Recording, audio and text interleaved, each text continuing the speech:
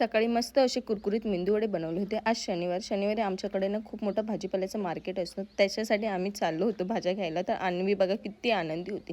तिकडे गेलो, छान अशा हिरव्या ताज्या पालेभाज्या होत्या. त्या सगळ्या घेतल्या. अन्वीचे बाबा कोणती चांगली ते बघत निवडत होते. नंतर टोमॅटो घ्यायला गेलो. अन्वी एक एक टोमॅटो उचलून ना पिशवीत घालत होती. आज तिने भाजीपाला घेताना इतका त्रास दिला ना, ह्याच्या आधी तिने केव्हाच दिला नव्हता. सगळ्या भाज्या तिला स्वतःहून घ्यायच्या होत्या आणि पिशवीत घालायच्या होत्या. ती कुणाचंच ऐकत नव्हती. सगळ्यांना हात लावत होती. तिचे पप्पा तिला कसे उचलून घेत होते, पण ती काही त्यांच्या कडेवर राहत नव्हती. तिला खालीच उतरायचं होतं. इतका तिने आज धुमाकूळ घातला. घरी आलो. आज दुसऱ्या दिवशीने आज 2 दिवसासाठी आम्हाला गावी जायचं होतं. म्हणे गावी जाण्यासाठी निघालो. माझ्या आजीचं वर्षश्राद्ध आहे त्याच्यासाठी. तर अन्वीने गाडीत इतकी मस्ती केली, इतकं छान सगळ्यांना एंटरटेनमेंट करत होती, सगळ्यांशी गप्पा मारत होती. ते झालं. नंतर संगमेरला पोचलो. तिकडे मस्त अशी थंड लस्सी प्यायला घेतली आणि अन्वीने तिकडे ना गाईचं आणि वासरूचं स्टॅच्यू बघितलं. तर तिला त्या स्टॅच्यूकडेच जायचं होतं. म्हणून बघा तिचे बाबा तिला घेऊन स्टॅच्यूकडे चालले होते.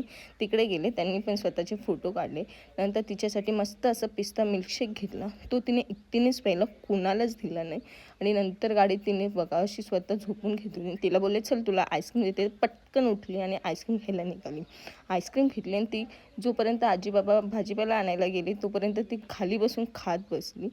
ते येतं ते तोपर्यंत मस्त अशी ती बसून राहिली. नंतर घरी पोचलो. माझ्या मामाच्या घरी गेलो. टाकीवर मस्त असं तिने हातपाय धुतले आणि तिला हातपाय धुतानाच त्या टाकीमध्ये जे पाणी होतं त्या पाण्यामध्ये उतरायचं होतं, म्हणून तिची ही धावपळ चालू होती. नंतर छान असं जेवण केलं आणि तिकडे इतकं छान असं जास्वंदीचं फुलांचं झाड होतं ना. बघा आपल्याकडे जास्वंद किती महाग मिळते मुंबईत, आणि इथे झाडं होती.